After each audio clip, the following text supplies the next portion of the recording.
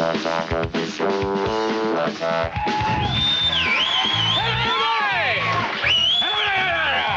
do that from now on. Did you have a stroke? Are you Beowulf? I'm Beowulf.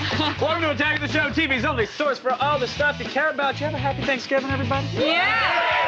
I had 7 pieces of pumpkin pie on Thanksgiving alone. It's showing, by the way. Might want to... Don't worry, I won't be eating for the rest of the month. Yeah, jog during the commercial breaks. I will. I'll be taking laxatives. I'm Kevin Pereira, everybody. Hey, everybody, I'm ENunn. We are coming to you live from the Q4 studios right here, in Los Angeles on Monday, November 26th. On today's show, forget East Coast versus West Coast. The world of hip-hop is about to get a major wake-up call. Oh, no. Watch Singapore raise the roof with the greatest rap video ever. Hey, when we go around the net. Plus, we kiss some shiny metal ass when we talk with the animation god Matt Groening about the long-awaited return of Futurama. Then, forget about The Dark Knight. Christian Bale is set to star in another legendary film franchise. We'll have all the latest rumors about Batman going toe-to-toe with the Terminator in the feed. I love that. And in Gadget Prawn, we'll review the T-Mobile Shadow and see if this $150 smartphone will make you throw out your BlackBerry. It just may. $150 with a contract. Just may. It's always with a contract. I know, I don't like it. I don't Pay the accept it. $175 and get out. Stop whining. Okay, sorry. But first, let's work off those... candied yams. Candy yams? Do you like candy yams? I love the yams. I hate them. Nurse our rock band blisters. It's the top 5 internet items of the day when we go around the net.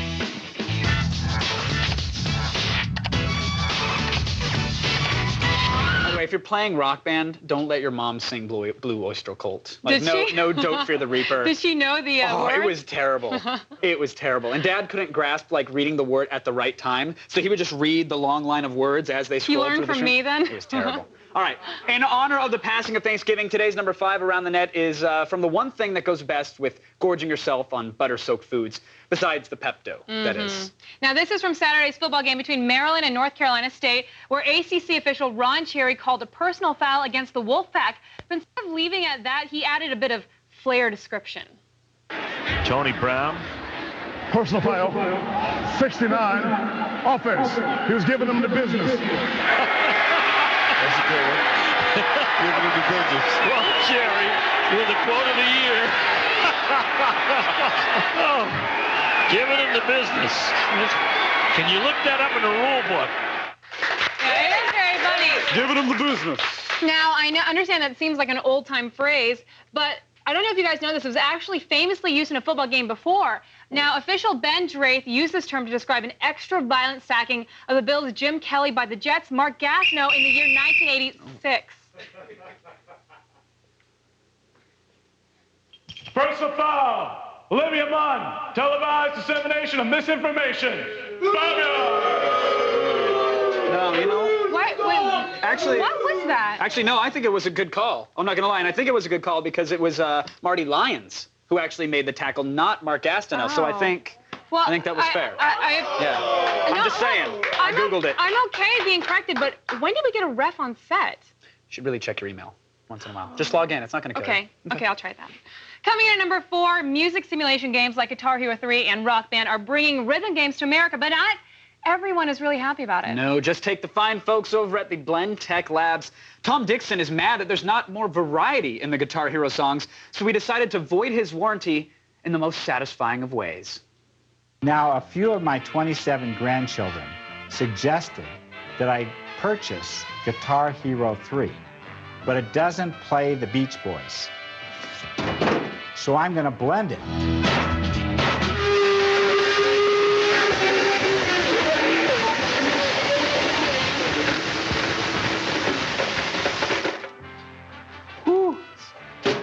So this is what you get for not having the Beach Boys. That did not look safe at all. Do you see, Tom got his hands really close to the blades. Like that was... And let's really be fair. If we're being honest here, the Beach Boys are probably not the best band for Guitar Hero. Maybe like more intricate vocal harmony hero. Oh, okay. Or like reclusive, bedridden, drug-riddled genius hero. Yeah. Because that one has some great peripherals. It does. Color-coded syringes. It's fantastic. And at number 3 today, we have a video that shows what's wrong with the Spider-Man movies and what is completely right with the Italians. Yeah, you see, Sam Raimi and company thought that all we wanted to see were dance numbers and amnesia plots in the third installment. He was wrong.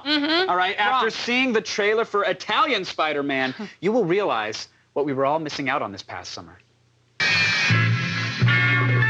Italian Spider-Man. Rispetti le donne. Grazie, Italian Spider-Man. Shut your mouth, pussycat, e farmi un macchiato. Pronto.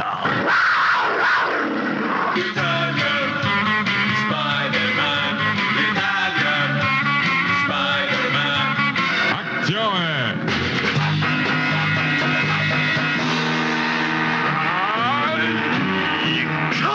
Suspenso.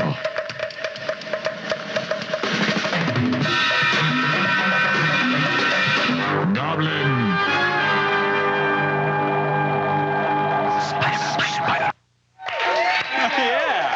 Pretty good.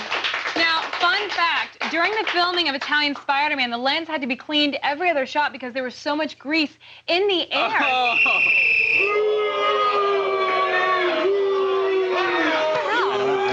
Personal foul! Munn, for perpetuating poor-related stereotypes, failure to recognize the rich and beautiful culture of Rome, and generally getting all up in Italy's grill. 10-second Mike penalty, Munn. Around the net number 2, intro goes to Pereira. All right, no.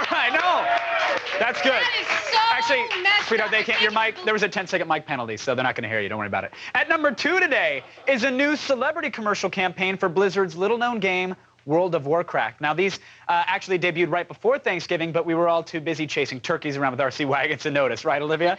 That's right, Kevin. Okay, so that's my mic. Stay away. Blizzard's got cult celebrities William Shatner and Mr. T to talk about their World of Warcraft characters. Shatner, of course, he's a shaman. We're pretty sure he just means in-game as well. Mr. T, though, a bit more confrontational. I'm Mr. T, and this is my night elf mohawk. God, T, there's no such thing as a night elf mohawk. Shut up, fool! Like I was saying, my mohawk storms through mighty forests on his frost saber. My mohawk... T, it's a warrior, not a mohawk. Well, maybe Mr. T hacked the game and created a mohawk class. Maybe Mr. T is pretty handy with computers. Has that occurred to you, Mr. Condescending Director? I'm Mr. T, and I'm a night elf mohawk. What's your game? World of Warcraft. Love the T. Oh, no, you're good. It's been long enough. Yeah, time's off. We're on. Okay. Yeah, go for it. Thank you. Now, Blizzard apparently also has a few more celebs lined up to do their own ads, with Vern Troyer up next. But if I was going to put my money on it, I would not put it on him playing a gnome. Yeah, probably not. No, because Probably that would not. just be obvious. Yeah. Or hilarious. Now it's time for the true winner of the internet today. And at number 1, we have a rap video that does the opposite of its intent. It's to be hip. Well, Singapore's Media Development Authority wants to give you a leg up in the entertainment business, whether you work in film, TV, or on the net. Now, to prove how much street cred they really have, the senior management rocked the mic and busted out the rhymes. Sort of. I'm the man for this IDM R&D. Experimentation is my cup of tea. Flagship to be for the world stage. I jam, I rock, and future skip. Media action is one of my directions. Community and international relations. Be aware, appreciate, adopt, advocate. The media for work, learning and play. Hold up, please. They call me the man. I know good directors at the back of my hand. Film and TV, so tell me what's next. Singapore content on an international stage. Yes, yo, we don't stop. Yes, if we can, we rock on. Yes, yo, we don't stop. Yes, next we worldwide rock on.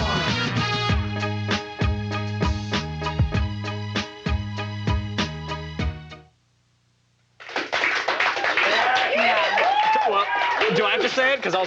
No, I will say it. Been watching the video all day, and I have to say, at least I'm only half Asian. Thank that you. lessens the shame for me, right? Thank you. What? Oh, okay. That one clipped me. Personal foul, Nation of Singapore. Misappropriation of the American culture with supreme lack of beat and or flow. Additional penalty for making a business rap video without sufficient amounts of spreadsheets and or PowerPoint. 5-yard penalty to Singapore. Oh, that's okay. I can agree with that. Good call. Also, personal foul, Olivia Munn. Semi-racism and attempting to give the Nation of Singapore the what for. 25-yard penalty. Munn. You are so biased, check your glasses. You know what? No. You know what? I'm not going to let that happen. I stood by the last two calls, but really? I'm challenging this one. Nope. Nice. Red flag's out. We got to review that because I don't think that was right. That ref. Just don't think it was right. Attack of the Show official Miles Pendergrassingworth is reviewing the play on the challenge of co-host Kevin Pereira. Kevin risks losing a timeout for this challenge. Now, Pendergrassingworth has a history of controversial calls. 6 months ago, he called a foul on Olivia's graphic and inaccurate description of oral sex on In Your Pants. And it appears he's reached a decision. Okay. Upon further review, the nation of Singapore did indeed have it coming. Yes! Yes! Reverse the penalty on Nunn. 30-yard penalty against the nation of Singapore. All right, thank you. Pendergrassingworthington. To get your daily viral picks, go to g4tv.com/AroundTheNet and sign up for the Around the Net podcast. It's better than you. But it doesn't flaunt it. No. Much. Like we do. Right now, it's time for the only news you need to know. Layla's actually out sick today, so filling in, it's Joel Gordine with the feed headlines. Thanks, guys. Here's what's coming up in the feed. First, we've got the info on Cyber Monday and where you can find the best online bargains. Plus, Christian Bale signs on to Terminator 4. We'll tell you who he's playing. Maybe. And forget wiping off the screen. You'll actually want Scum on your iPhone. It's all coming your way in just a few minutes. But first, back to you guys. All right, thanks, Joel. Now let's hear from you in the army of monitor heads with our video viewer mail. Here's a question from yet another concerned citizen. Hey, I was a 360 fan. I got one, and then the PlayStation 3 came out. I was just wondering if you guys literally thought one is surpassing the other at the moment, even though I know the PlayStation 3 still has a lot more to bring to the table. Almost sounds like he thinks the PS3 is already winning. Well, he said has a lot to bring to the table, which I'd agree. Like hardware-wise, PS3 is a superior platform, but it's a Blu-ray. But it's not at the table yet. You know, you're sitting, you're waiting for the meal to arrive, but mom's still in the kitchen taking her damn time like she was on Thanksgiving, you old hag. Your mom didn't cook. Hey, his mom didn't cook. She didn't. It was Boston. They went to a friend's family's house. But to answer his question, you know, right now the 360 is where it's at. I'm sorry. Like it is, like the analogy is that, you know, the original Xbox had better hardware than the PlayStation 2. It didn't matter because all the developers were focusing on the PS2 as the target platform. Situation's reversed now. It's all about the 360. No flag on that play. Now you've heard, but you know when the games are coming out. So when do you think the PS3 is actually going to be worth getting when there's enough games? Great question. You really haven't. Great question. I mean, there's some great, there's some good PS3 titles finally starting to come out, but at least for this holiday season, 360 titles still overshadow it. All right. It's tough. But that brings us to our poll question, actually. We want to know what you guys think. Can the PlayStation 3 make a comeback? Vote at our website, g4tv.com/AOTS. Powerful question. Or text your vote to G4TXT. The only questions we ask, sweetheart. It's 44898 to vote and register for AOTS Live News Alerts. You guys, stay right there. We've got a full hour of gadgets, news, and animated robots in store. Changing the channel will result in an epic fail. Epic. Flag on play. Here's what's coming up on today's Attack of the Show. With a handful of popular games and a recent price cut, should the PS3 be celebrating their first birthday? We're blowing out the candles in the loot. And Zach Selwyn celebrates the release of Bender's Big Score and the return of Futurama with creators Matt Groening and David X. Cohen. Plus, we're showing off the sleek new T-Mobile Shadow. But can this super thin smartphone hold a candle to the iPhone? Gadget Prawn answers. We're systematically picking apart your girlfriend's flaws when the attack comes back.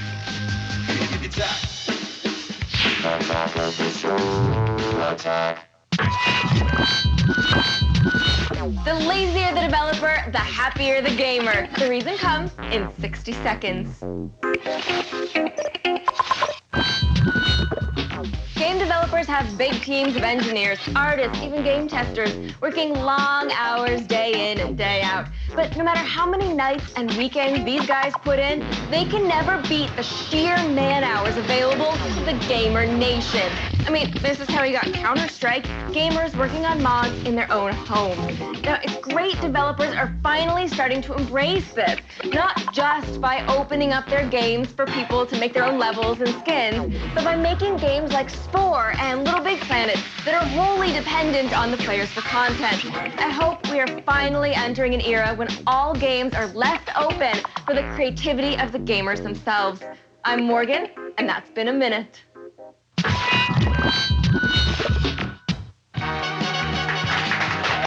Is that the Italian Spider-Man theme? I didn't know we were coming back on. Hey, everybody, we're live and waiting for G4 to build us a spunky robot sidekick. That'd be amazing. Preferably one that will make us cocktails during commercial break. Thank you. But for now, we've got Zach. Thank you, guys. I'll have those mojitos ready for you later in the show. In the meantime, good news, everyone. New York is back as an all-new Futurama film gets resurrected onto DVD. Here's what my man Matt Groening, David X. Cohen, and some of the other creators of the much-loved sci-fi cartoon Futurama had to say about going back to the future.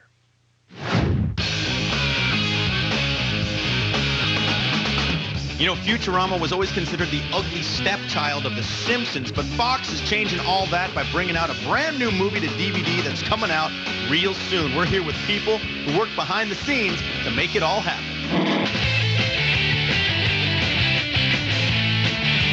How excited are you about the movie?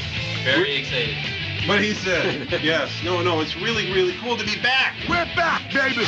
We did 5 years of Futurama, and we loved this show. We loved working together. And Fox just didn't see it. And they canceled us. We were canceled? Oh, it's terrible, just terrible. And Fox changed its tune. And they asked for more episodes, a DVD, and we said, how about 2? And they said, how about 3? And we said, how about 4? So what does this mean for us and our many fans? It means we're back on the air. Well, how does it differ from the TV show? Is it going to be like the way South Park got a little vulgar and used a lot of curse words? Or is it going to kind of stay a little bit more? These are so dirty. They're filthy. They're disgusting. There's a lot more of Fry's butt than we've ever seen before. Probably everybody's butt. What's the secret of time travel doing on Fry's ass? It was bound to be somewhere. All right, we're going to take a little office tour with Matt and David here. This is actually, you're at the headquarters of Bongo Comics. We do all the Simpsons and Futurama comics just down the hall. And upstairs is where we write Futurama, and down the hall is where we edit Futurama. So this is a hub of excitement. And this I'm selling right now to the viewers on G4. There you go. $7 and it's yours. Hey, we gotta go into David Cohen's office. All right, David, this is yours, baby. This is all you. You take us in here.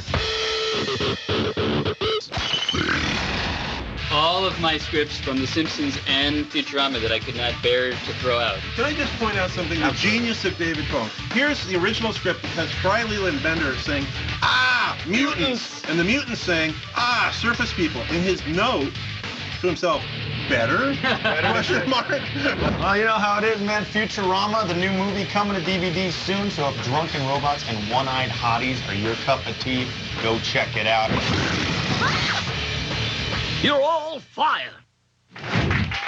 Now, you know, the title Futurama was named after the Futurama Pavilion at the 1939 World's Fair that showed what the world would possibly look like in 1959. Didn't quite happen.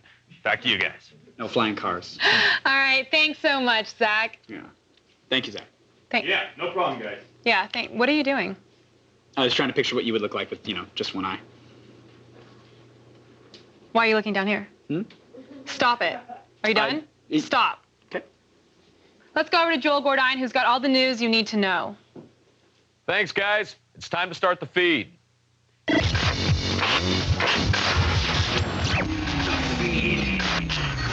If you couldn't face the unwashed masses this weekend, but you still want to get some of the shopping bargains, today's your day. 2 years ago, Cyber Monday was nothing but a marketing gimmick. This year, it's turned into a full-blown trend.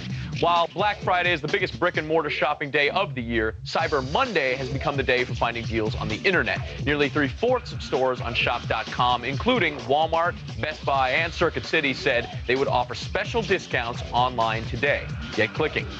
Good news about the next Terminator film. Christian Bale has signed on to star. When the story first broke, Bale was thought to be playing John Connor. Then it was rumored he would be playing a new Terminator model. But the latest is that he could even be playing a new character in the franchise. There's no word yet on any other casting or plot details, but the current WGA writer's strike means it's unlikely we'll see it any time in 2008. A car has arrived that will have hippies and race car drivers green with envy. Swedish manufacturer Koenigseg's new CC-XR supercar is the first car running on biofuel to crack the 1,000 horsepower barrier. It will accelerate to 100 kilometers per hour in just 2.9 seconds and top out at 400 kilometers per hour. How many miles per hour is that? Does it really matter? You're never going to race one down the highway because the CC-XR will set you back more than $2 million. Guybrush Threepwood is making his way to the iPhone. The Secret of Monkey Island is one of the many fully supported games from LucasArts and Sierra Graphic Adventures that you'll soon be able to play on your iPhone. A new application engine called Scum VM fully supports multi-touch to simulate the behavior of mouse gestures. It will allow you to play the games such as Day of the Tentacle, Indiana Jones and the Fate of Atlantis, and King's Quest III. Classics. Finally, the New York Post is reporting that billionaire Mark Cuban is considering planning a celebrity MMA series. I'm sure Cuban will find no shortage of celebrities hungry for TV screen time, but I wonder how many will be willing to get punched and kicked in their faces. Cuban took a shot at his old nemesis Donald Trump in his announcement, basically saying he's all talk. Here's hoping that the audience can vote celebs onto this program so we can finally see Donald Trump get punched right in his ugly toupee. That's it for today, but don't worry, the feed doesn't stop here. Stay tuned to G4 all day and look for the feed ticker at the bottom of your screen. We'll have all the news you need to know as it happens. I'm Joel Gordine. You've just been fed.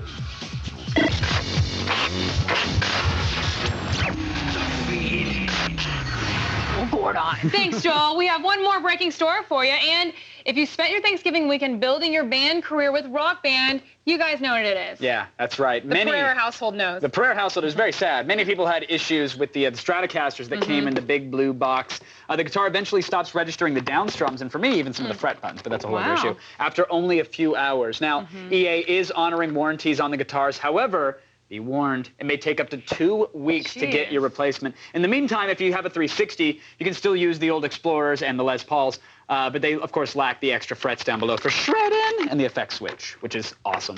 You guys, use this break wisely. For instance, you can avoid Rock Band injuries and muscle strain by doing some light stretches during this commercial exercise. Pretty deep. Commercial exercise. Yep. PS3 sales are up, but with only a handful of popular games and more delays on the way, should Sony be celebrating? Find out in The Loop.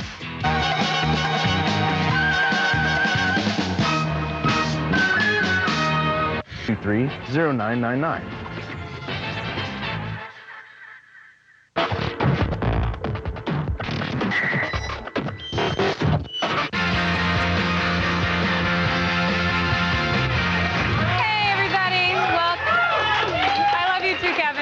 I'll get to you in a second. Welcome back to Attack of the Show. Before the break, we asked you guys, can the PS3 make a comeback? According to our imprisoned abacus experts. What's an abacus? Oh, Mick Hammer uses it to calculate large numbers. Is it abacus? It's abacus.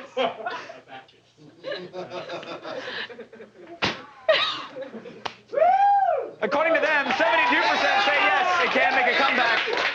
I got it. After a humbling year in which the PlayStation 3 has fallen to third place among next-generation platforms, the high-powered system appears to be making its move to get back on top. The question is... I use calculators. I'm sorry. Will it work? The PlayStation 3 celebrated its one-year anniversary last week. And based on the latest sales numbers, Sony has a lot to be thankful for. After early struggles due to the console's price and weak selection of quality games, the PS3 finally appears ready to win back some long-lost market share from the Wii and the Xbox 360. The PlayStation 3's upward movement has been powered by a recent price cut, a handful of highly rated exclusive titles, and Sony's biggest PlayStation ad campaign yet. Sales have increased 200% in the US, and the console outsold the Wii in Japan for the first time ever last month. But some think this recent success will be short-lived, claiming that it's still too difficult and expensive to develop for the PlayStation's custom processor. Can Sony become the console king once again, or is the competition just too stiff? Play Beyond, it's The Loop.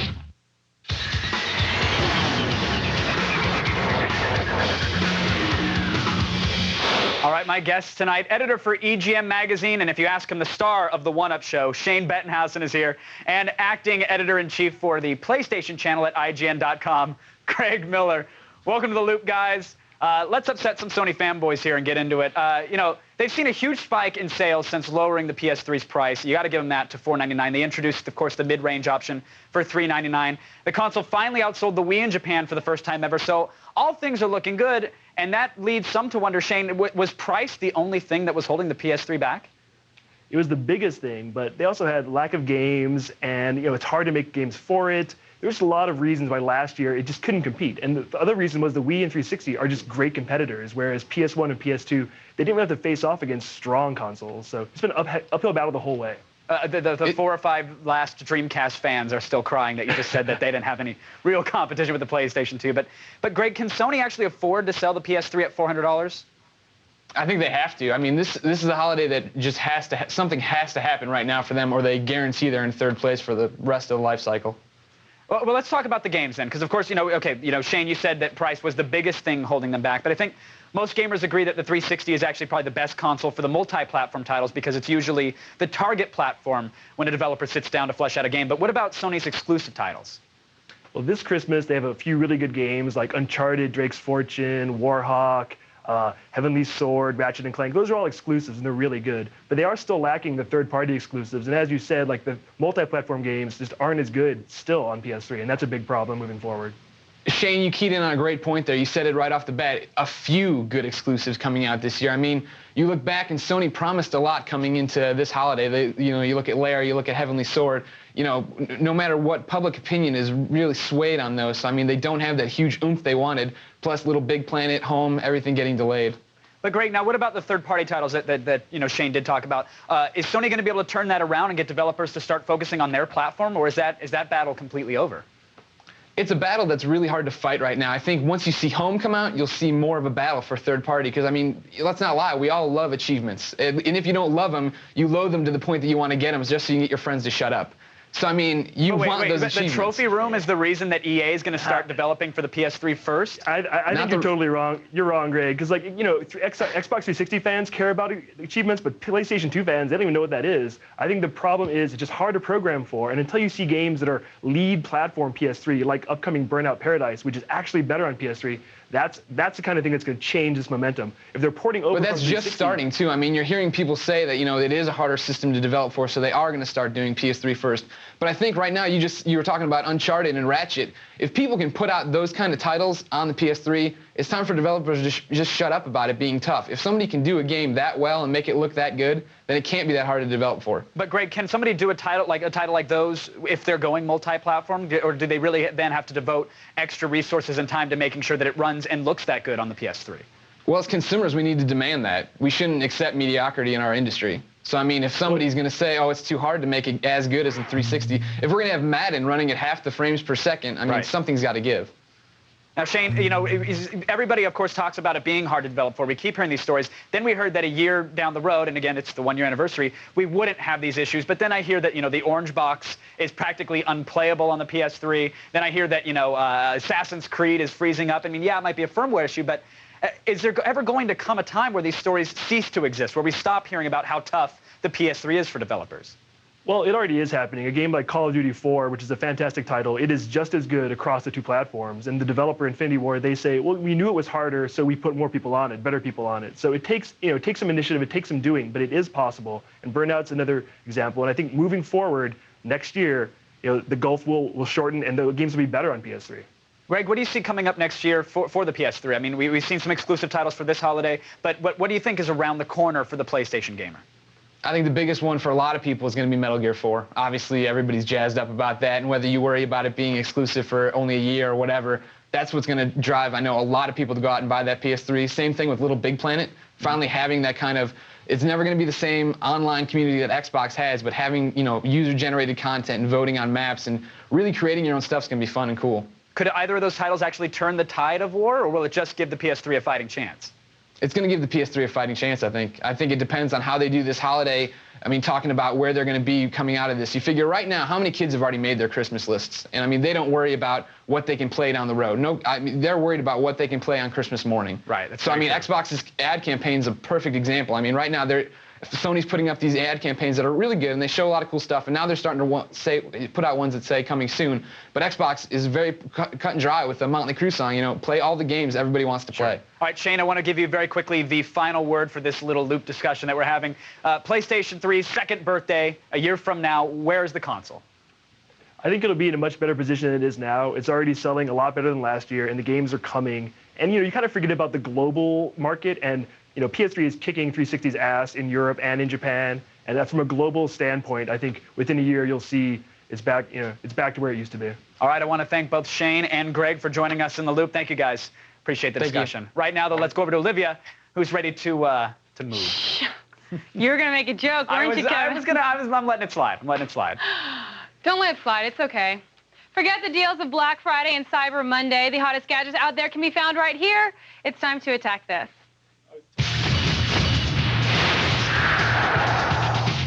I'm okay with it, Kevin Pereira.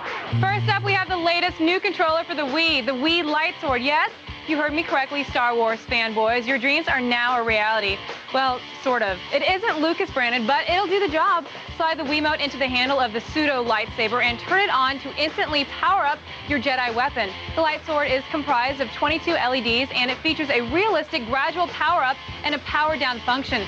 With one of these in your hands, that Jedi braid you've been growing all these years won't look nearly as ridiculous.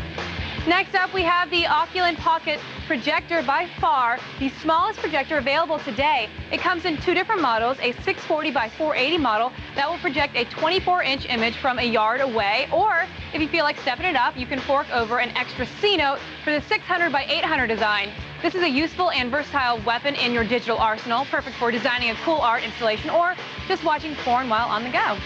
Now, speaking of porn, next up is the Thrustmaster T-Flight X joystick for the PS3. It features 12 buttons divided among the triggers, and it also features sliders for rudder and throttle control. A built-in internal memory allows users to save their individual controls for specific games and switch instantly among saved profiles. Not a ton of people have been talking about Blazing Angels 2 since it dropped, but I think this joystick just might give it the boost it needs to become a little more relevant. And finally today, we have the Slim Blade mouse from the folks at Kensington. Now, normally we don't get too worked up about a mouse around here, but this one stands out.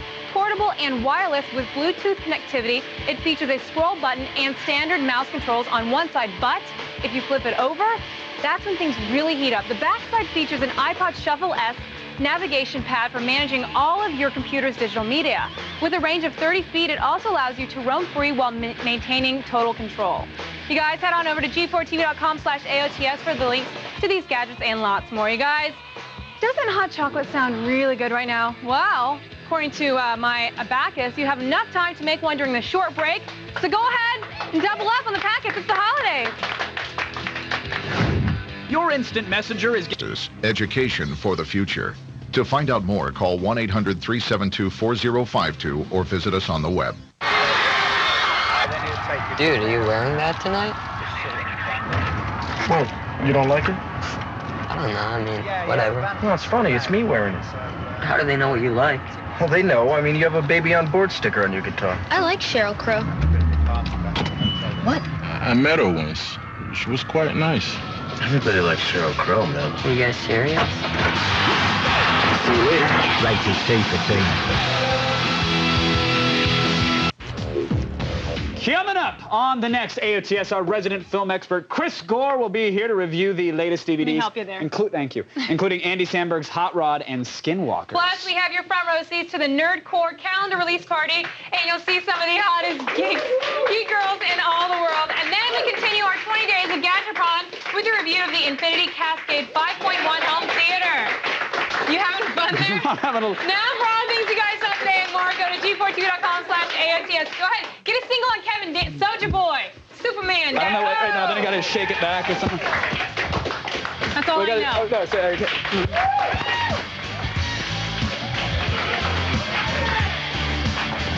gotta back it up. You wanna just rub it down? Rub it down.